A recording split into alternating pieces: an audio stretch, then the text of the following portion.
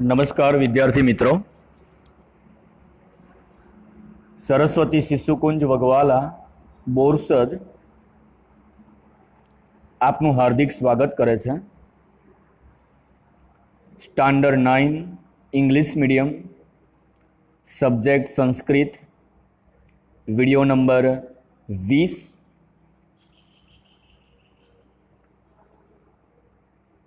આજ દિન સુધી આપણે ઘણા બધા વ્યાકરણના વિડીયો જોયા। હવે આપણે ટેક્સ્ટ બુક તરફ જઈ રહ્યા છે। ટેક્સ્ટ બુકમાં ચેપ્ટર 2 ચેપ્ટર 2 કુલસ્ય આચારઃ એનું મીનિંગ જોઈએ। કુલસ્ય એટલે કુળનો, આચારઃ એટલે કે નિયમ, આપણા કુળનો નિયમ। આપણા શબ્દ બ્રેકેટમાં લેજો, મતલબ કે ફેમિલી રૂલ્સ। આપણો ભારત દેશ બેટા, આપણે બધા જાણીએ છીએ કે ભારત દેશ એક એવો દેશ છે કે જે દેશની પરંપરા આખા વિશ્વમાં સચવાયેલી, સમજાયેલી અને સમૃદ્ધ બનેલી પરંપરા છે। અને આ પરંપરાવાળા દેશ એવા ભારતમાં આપણો જન્મ કુળની પરંપરાઓ, દેશની મર્યાદાઓ, શાસ્ત્રની ગરિમાઓ સાચવવા માટે થયો।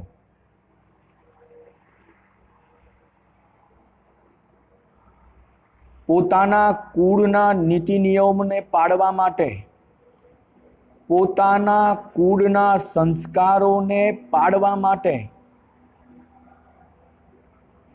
પોતાના આત્માનું, પોતાના પ્રાણનું પણ બલિદાન આપવા માટે ક્યારેય આ દેશનો બાળક અથવા આ દેશનો માણસ ખચકાયો નથી। જેનું પ્રમાણ છે બેટા, શ્રી રામચંદ્ર ભગવાન અંતિમ સમય સીતાનો ત્યાગ કરે છે। એટલું જ નહીં, પોતાના બાળકો પણ ભર સભામાં આવી અને અંતિમ સમય એમ કહે છે કે રામચંદ્ર ભગવાન, અમે તમારા બાળકો છીએ અને સીતા તમારી ધર્મપત્ની છે। તેમ છતાં પણ પોતાના બાળકને પણ રામચંદ્ર ભગવાન વશ થતા નથી અને કહે છે કે સીતાને અગ્નિ પરીક્ષામાંથી પસાર થવું જ પડશે, કારણ કે રઘુકુલ રીતિ સદા ચલી આઈ, પ્રાણ જાયે પર બચન ન જાય। કારણ કે રઘુકુળની નિયમ છે કે રાજાના સુખ માટે રઘુકુળની ગાદી નથી, પ્રજાના સુખ માટે છે, એવો નિયમ છે। તો પ્રજા જો શંકાની દ્રષ્ટિએ જોતી હોય તો મારાથી સીતાને અંગીકાર કરાય નહીં, સીતાને લેવાય નહીં, સીતાને પાછી બોલાવાય નહીં। પ્રજાના સુખ માટે, રઘુકુળની નીતિના માટે એમણે પોતાના પત્નીનો પણ ત્યાગ કર્યો, એ આપણે જાણીએ છીએ।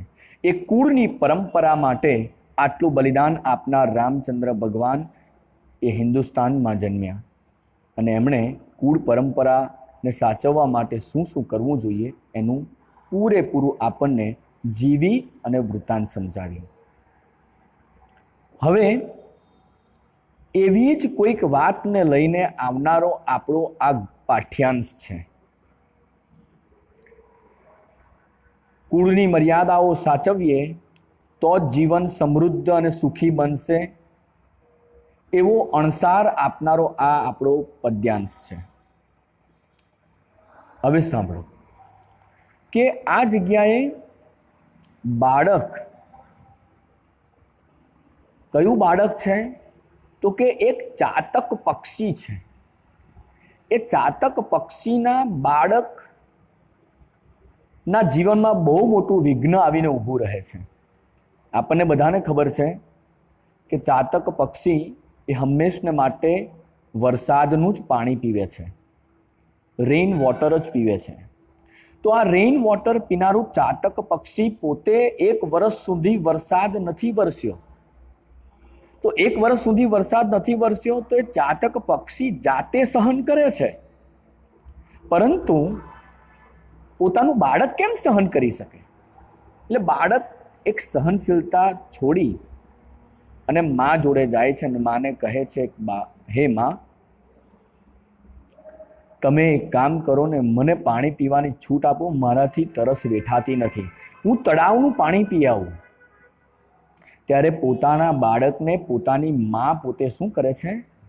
સમજ આપે છે. શું સમજ આપે છે? એનો વૃત્તાંત, એની વાત, એની સ્ટોરી આપણને આ પાઠમાં કહેવામાં આવી છે, જેને આપણે શાંતિથી સમજીએ.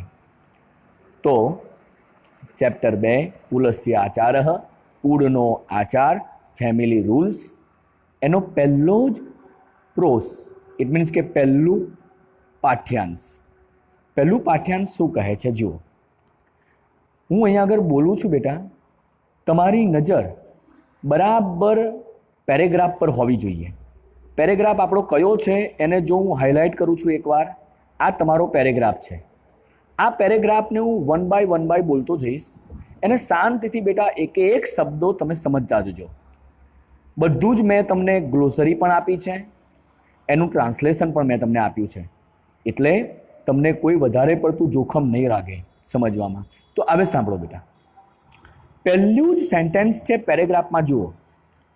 એકઃ ચાતક શિશુઃ આસીત. એક ચાતક બાળક આસીત હતું. બરાબર ધ્યાનથી સમજો. એકઃ એટલે એક, ચાતક એટલે ચાતક, ચાતક નામનું પક્ષી, બળ. શિશુઃ એટલે બાળક. એક ચાતક નામનું બાળક અથવા તો એક ચાતક પક્ષીનું બાળક આસીત, આસીત એટલે હતું. એ બાળક શું થયું હતું એ બાળકને? તો કે સહ એકદા તૃષયા પીડિત. સહ એટલે તે એકદા, 2 શબ્દ છે, એક પ્લસ દા, એટલે એકઃ એટલે એક, દા એટલે દિવસ. તેને એક દિવસ તૃષયા પીડિત, તેને એક દિવસ તરસથી પીડિત એટલે પીડાતું હતું. એ ચાતક બાળક ને એક દિવસ તરસ લાગતી હતી,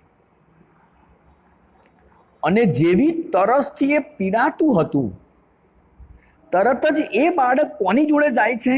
તો કહે છે કે જનન્યાહા સમીપમ વ્રજતી. એ બાળક જનનીની નજીક જાય છે. જનની એટલે કોણ? માતા. માતાની નજીક જાય છે. બરાબર પેરેગ્રાફ ઉપર ધ્યાન આપજો બેટા. હું બેઠું ટ્રાન્સલેશન કરી રહ્યો છું, એને સમજજો, સંધિ છૂટી પાડું છું, એને પણ સમજજો. એ બાળક કોની નજીક જાય છે? તો કે પોતાની માની નજીક જાય છે. જનન્યાહ સમીપમ વ્રજતી વદતી ચ. નજીક જઈ અને વદતી ચ. વદતી એટલે બોલે છે. શું બોલે છે? અંબ, અંબ એટલે માતા. તૃષા મામ પીડયતી. માતા, તૃષા એટલે તરસ, મામ એટલે મને, પીડયતી એટલે પીડે છે. હે માતા, મને તૃષા એટલે તરસ ખૂબ પીડા આપે છે. તરસ મને શું ખૂબ પીડા આપે છે, મને ખૂબ તરસ લાગી છે. કારણ કે બ્રેકેટમાં સમજજો બેટા, કારણ કે મને 1 વર્ષ સુધી વરસાદ પડ્યો નથી અને વર્ષ સુધી ન પડેલા વરસાદને કારણે હે માં તું તરસ વેઠી શકે પણ મારાથી તરસ વેઠાતી નથી. હવે તો હું શું કરવાનું છું? તો કહે છે, અંદર પેરેગ્રાફમાં જુઓ તો કહે છે કે અહમ જલમ પાતુમ ઈચ્છામી, હું જળ પાતુમ એટલે પીવાની ઈચ્છા ધરાવું છું. અહમ જલમ હું પાણી, પાતુમ ઈચ્છામી હું પાણી પીવાની ઈચ્છા ધરાવું છું. સંપ્રતિ માટે મેઘ જલમ ન મિલતી, મને મેઘ જલ, 2 શબ્દ છે જો અંદર સંધિ છૂટી પડે છે. મેઘનું જલ એટલે કે વરસાદનું પાણી ન મિલતી, મને વરસાદનું પાણી નથી મળતું, માટે અતઃ તડાગ જલમ, માટે હું તડાગ જલમ એટલે તળાવનું પાણી, પાતુમ ઈચ્છામી માટે તળાવનું પાણી પીવાની ઈચ્છા ધરાવું છું. તમને ખબર પડી ગઈ હશે બેટા કે બાળક શું કહે છે કે માં તારાથી તરસ વેઠાય તો વેઠ, પણ હું શું કરીશ તો તળાવનું જ પાણી પીશ, કારણ કે મારાથી તરસ વેઠાતી નથી. તો તે સમય યાદ રહે બેટા, માં પોતાના બાળકને કહે છે, પોતાના બાળકને સંસ્કાર ભૂતકાળના યાદ કરાવે છે, પોતાના વંશની પરંપરા એટલે કુળનો નિયમ ધરાવે છે, વિચારે છે કે પોતાના કુળના નિયમો કયા કયા છે. આપણા બાપ દાદાઓએ જે નિયમો બેટા પોતાના પ્રાણનો પણ ત્યાગ કરીને એ નિયમો પાળ્યા છે, તો એ નિયમોને બેટા તારે પણ પાળવાના છે, એ નિયમોને તારે પણ પાળવાના છે. તો સમજ બેટા, તારે શું નિયમ હતા એ જાણ. એટલે હવે માતા પોતાના બાળકને કહે છે, શું કહે છે? જનની વદતી, બરાબર ધ્યાન આપજો પેરેગ્રાફમાં. જનની વદતી, જનની બોલે છે. શું બોલે છે?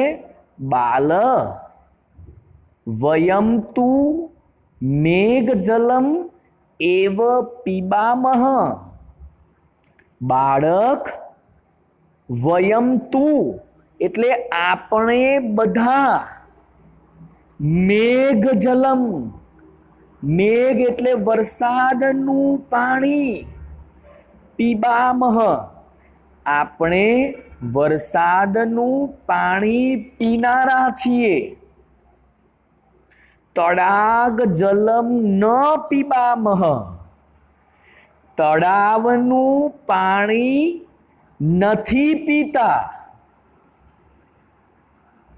આવો સંસ્કાર એને એના કુળનો સમજાવે છે પોતાની માતા પોતાના બાળકને. પોતાના બાળકને કહે છે કે બેટા આપણે તો શું કરવાના છે, આપણે શું કરીએ છીએ, આપણો કુલાચાર શું છે, તો કે આપણે તળાવનું પાણી આજ દિન સુધી કોઈએ નથી પીધું બેટા. આપણા બાપ દાદાઓમાં આપણે વરસાદનું જ પાણી પીએ છીએ. એસહ, પેરેગ્રાફમાં જુઓ બેટા, એસહ અસ્માકમ કુલસ્ય આચારઃ. એસહ એટલે આ, અસ્માકમ એટલે આપણા, કુલસ્ય એટલે કુળનો, આ આપણા કુળનો આચાર છે, રૂલ્સ છે, નિયમ છે. આ આપણા કુળનો શું છે? નિયમ છે બેટા. આપણે ક્યારેય કુળનો નિયમ તોડતા નથી. માટે અતઃત્વમ, આથી તું તડાગ જલમ પાતુમ ન શકનોસી. માટે તું તડાગ જલમ, તળાવનું પાણી, પાતુમ એટલે કે પીવા માટે ન શકનોસી, અધિકારી નથી. તારાથી તળાવનું પાણી પીવાય નહીં. આટલો સુંદર સંસ્કાર એના બાળકને આપે છે અને કહે છે કે બેટા તારાથી તળાવનું પાણી ન પીવાય. એનો અર્થ એ થયો કે તારે જો ન પીવાય અને કદાચ વરસાદ ન વરસે તો તારે મરી જવું પડે તો પણ મરી જજે બેટા, પણ તારાથી તળાવનું પાણી પીવાય નહીં. કહેવાનો ભાવાર્થ એ છે કે આ આખા પેરેગ્રાફમાં પોતાના બાળકની વેદના બતાવવામાં આવી છે અને એ વેદના હોવા છતાં પણ પોતાનું માતા પોતાના બાળક મરી જાય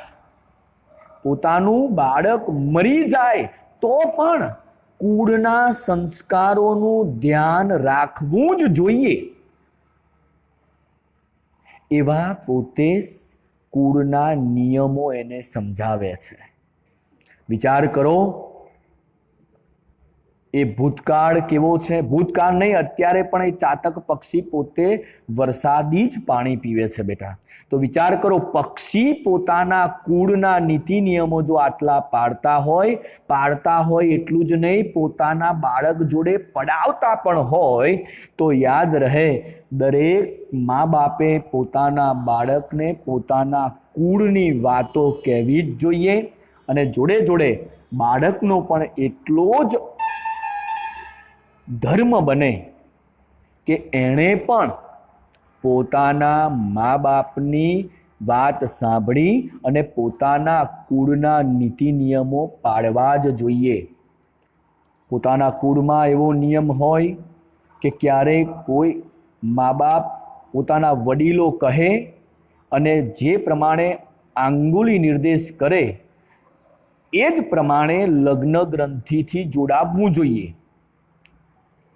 પરંતુ અમુક બાળકો, અમુક દીકરીઓ, અમુક દીકરાઓ કે પોતાના મા બાપના કહ્યા વગર પણ, પોતાના કુળના વિચારોને ધ્યાનમાં રાખ્યા વગર પણ પોતે ડિસિઝનો લઈ અને પોતાના મા બાપને દુઃખી કરતા હોય છે.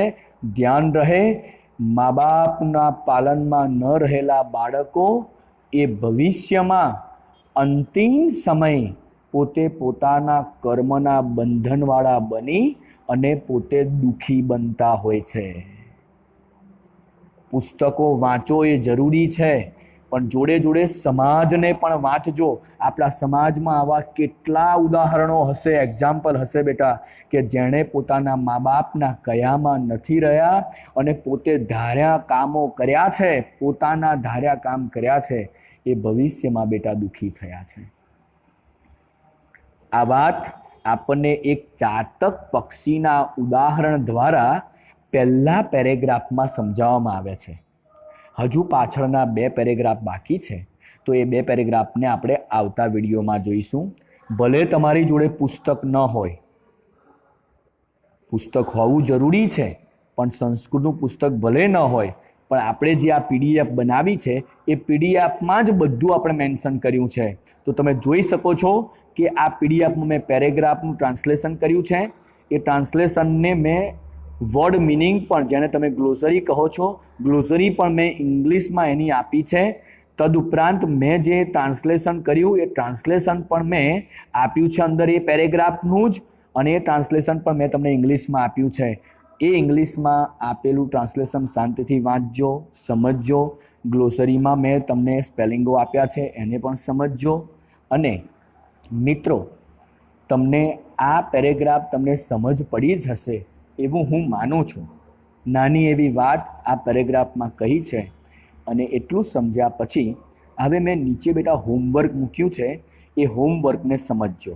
હોમવર્કમાં પહેલો ક્વેશ્ચન છે, જુઓ બધા. Choice the correct alternative and write. મતલબ કે નીચે આપેલા જે પ્રશ્નો છે એ પ્રશ્નોની નીચે તમને ચોઇસ માટે 4 ઓપ્શન આપ્યા છે. એ ઓપ્શન ચોઇસ કરી અને તમારે આન્સર આપવાનો છે. તો જુઓ, પહેલો ક્વેશ્ચન શું છે, હું તમને જવાબ નહીં આપું, હા, પણ તમને સમજાવું છું ક્વેશ્ચનને, જેથી કરીને તમે સરળતાથી બેટા હોમવર્ક કરી શકો. જો પહેલો ક્વેશ્ચન શું છે, તો કે તૃષા પીડિત શિશુ, શિશુ એટલે બાળક, તરસથી પીડાયેલું બાળક કસ્ય સમીપમ ગચ્છતિ, કોની જોડે જાય છે, કોની નજીક જાય છે? તો કહે છે 4 ઓપ્શનમાં વૃદ્ધમ સમીપમ ગચ્છતિ, પિતૃ સમીપમ ગચ્છતિ, નદી સમીપમ ગચ્છતિ કે જનની સમીપમ ગચ્છતિ. હવે તમને આવડી જવું જોઈએ કે કોની જોડે જાય છે જ્યારે બાળક તરસે મરે છે, ખૂબ તરસ લાગે છે, ત્યારે એ બાળક કોની જોડે જાય છે? પછી કહે છે બીજો ક્વેશ્ચન, તમારે પેલામાં આઈડેન્ટિફાઈ કરી લેવાનું, ચોઇસ કરી લેવાની કે કયો આન્સર છે.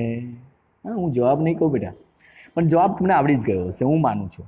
પછી બીજો છે, જુઓ, મેઘઃ ઇતિ શબ્દસ્ય પર્યાયઃ કહ, અથવા તો સિમિલર શબ્દ, સિમિલર વર્ડ કયો છે? મેઘ શબ્દનો સિમિલર વર્ડ કયો છે? તો એમાં ઓપ્શન આપ્યા છે. મેઘ એટલે જલમ, શું જળ છે? મેઘ એટલે વૃષ્ટિ, વૃષ્ટિ એટલે વરસાદ, વરસાદ છે. મેઘ એટલે જલદઃ,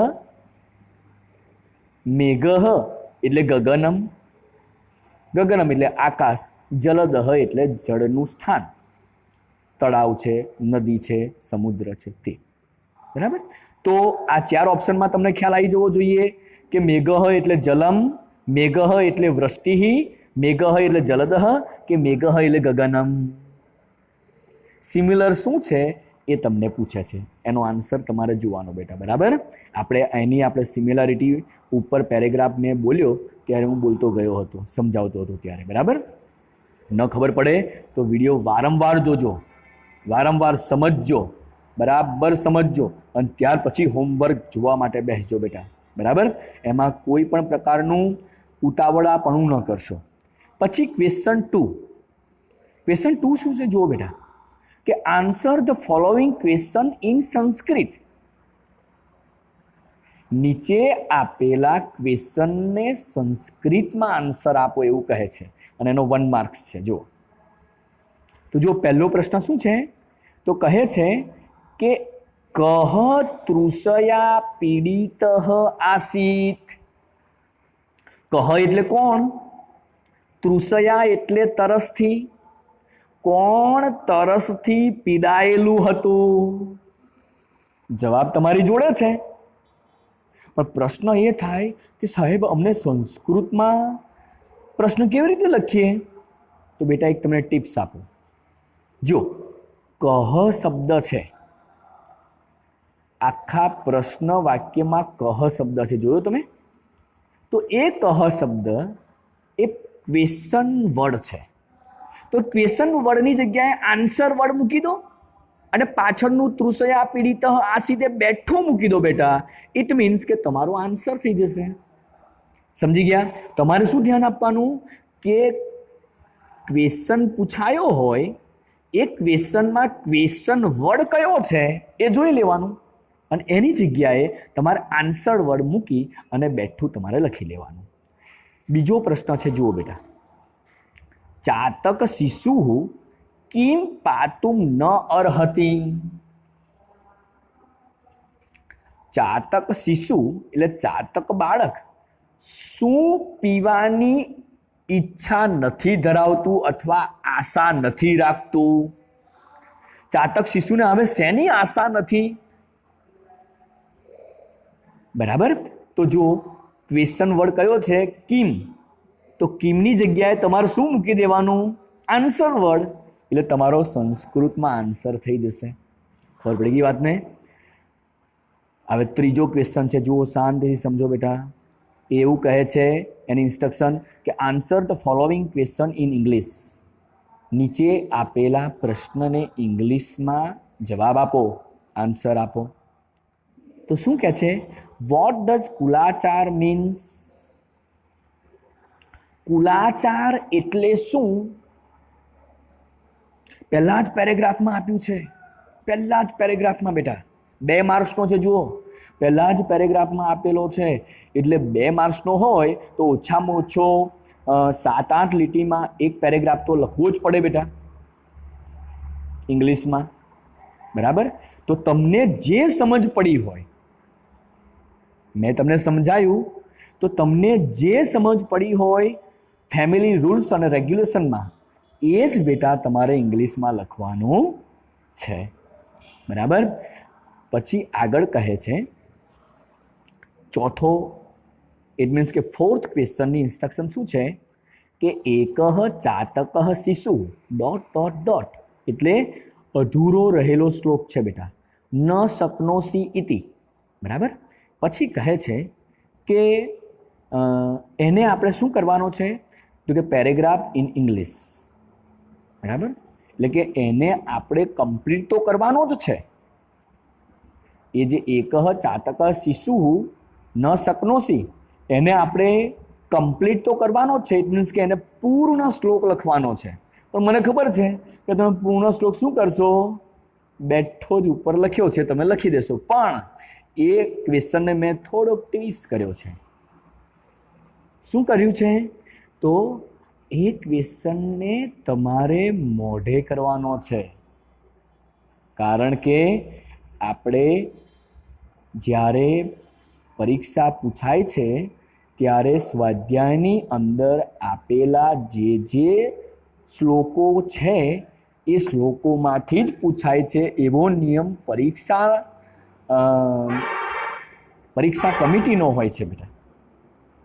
માટે તમારે આ ચોથો ક્વેશ્ચન છે એ ક્વેશ્ચનમાં આપેલા શ્લોકને મોઢે કરવાનો છે. મેં શાંતિથી એને મોઢે ન કરતા એનું ટ્રાન્સલેશન ક્લિયર કરવાનું છે બેટા.